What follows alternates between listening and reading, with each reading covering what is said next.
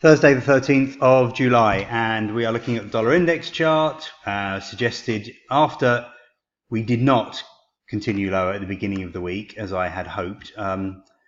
Yesterday I decided that we're probably entering a sideways pattern, so thankfully I adjusted my view quickly, and that seems to be what's happened. And I suggested that we'd hold the 200-day moving average and the 100-day moving average. That's exactly what happened. So again, the levels to watch will be 96.60, 96.50 on the downside. A break lower will be negative. 97.00, 97.05, and above 97.10 would be more positive. Then we've got to get through this little candle up here at 97.17 to meet resistance up here at 97.35.45. The Aussie dollar, the longs didn't work. Well, I tried two longs this week. Both of them failed. Not good. We've given up 61.8% of the gains from last week. So I was wrong to think that this was the beginning of a bull market. I don't see this as strong support, 69.25.20, but it has held at the moment. A bounce, well, the best resistance I would suggest would be at 69.60, 69.65. It'll be a slow crawl higher, I imagine. So by the time we get there, it could be Friday if we get there. But 69.60, 69.65 looks like the best sell area for this pair. Break below 69.20 would be more negative. New Zealand dollar edged a bit lower yesterday as well. 65.60, 65.60 to 65.50 is today's pretty much only support level. I'd say we've got resistance at 66.00, 66.05. Dollar yen very busy, going nowhere. We've got resistance again up at that 108.50 area, which looks like it's held pretty perfectly. So that will be key to direction today, as I suggested it was yesterday. Holding below 108.50 will send us down to 108.30, maybe 108.20.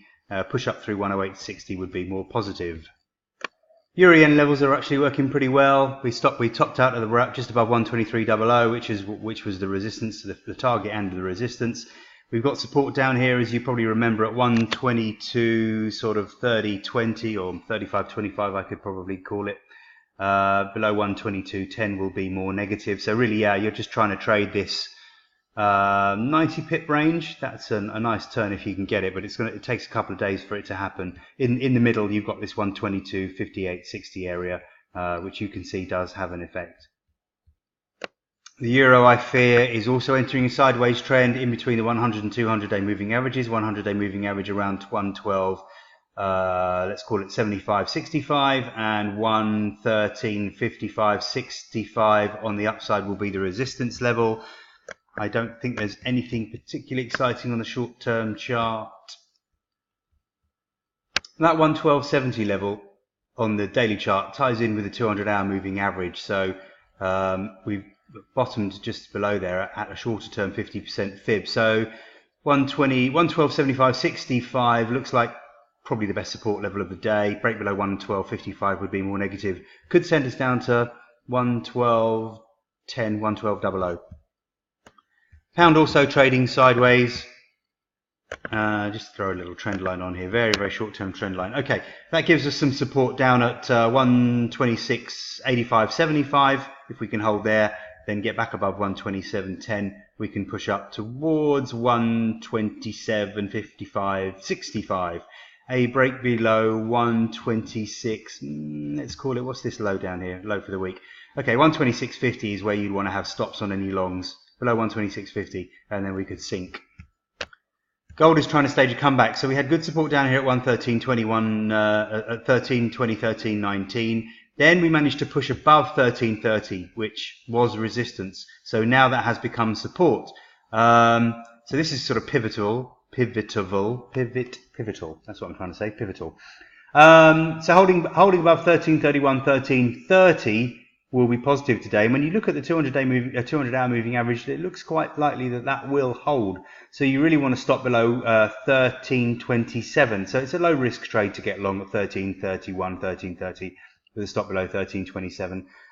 If that happens, if we break lower, then we could retest 13.19 again, 13.20.19, which I do believe on the daily chart is also a decent level. Yeah, kinda. So yeah, watch those levels. Holding the support level down here, 1331, 1330, pushes us back up to 1337, 1338. Now if we can get up through 1338, then we've got a little gap to fill up as far as 1340, 1341, and above here we can retest that 1348 high. S&P had good support around 2870, but we're actually hugging that 100-hour moving average, so we bounced off it. I can't really give you any idea for a swing trade, but clearly a break below 2867 would be more negative, and we could dip as far as 2846, 2843. Just about to get a positive crossover here if we hold above 2878, we're going to get a positive crossover on those moving averages that you see there. Nothing to get my teeth into though, no suggestion really for a swing trade, that's for sure. We've got the 55-day moving average, which seems to be holding at 2876. Maybe that's why we bottomed out there yesterday. It's not the strongest of support levels, but it seems to have worked. It looks like everything's just entering a sideways phase as we find out what's going on with these blooming trade wars and rate cuts. Interestingly, the Dow Jones is also holding that purple 55-day moving average, and on the hourly chart we're actually holding the 100-hour moving average, so that's interesting. 26,050,040, break below 26,000 would be more negative on this one. Best support in the Nasdaq is 74.50, 74.40, that's pretty obvious. Break below 74.25, should we say. Could take us down to good support at 73.50, 73.40, so that might be worth trading today. Those levels look wide apart enough to make some money on them. Holding here, well, you can see we've got to get up through 75.00, 75.10 for something more positive today. So yeah, I got no swing trade ideas really. It is scalping only. It looks like we're entering yet another sideways phase, which is what these markets seem to love doing over the last 6 to 9 months.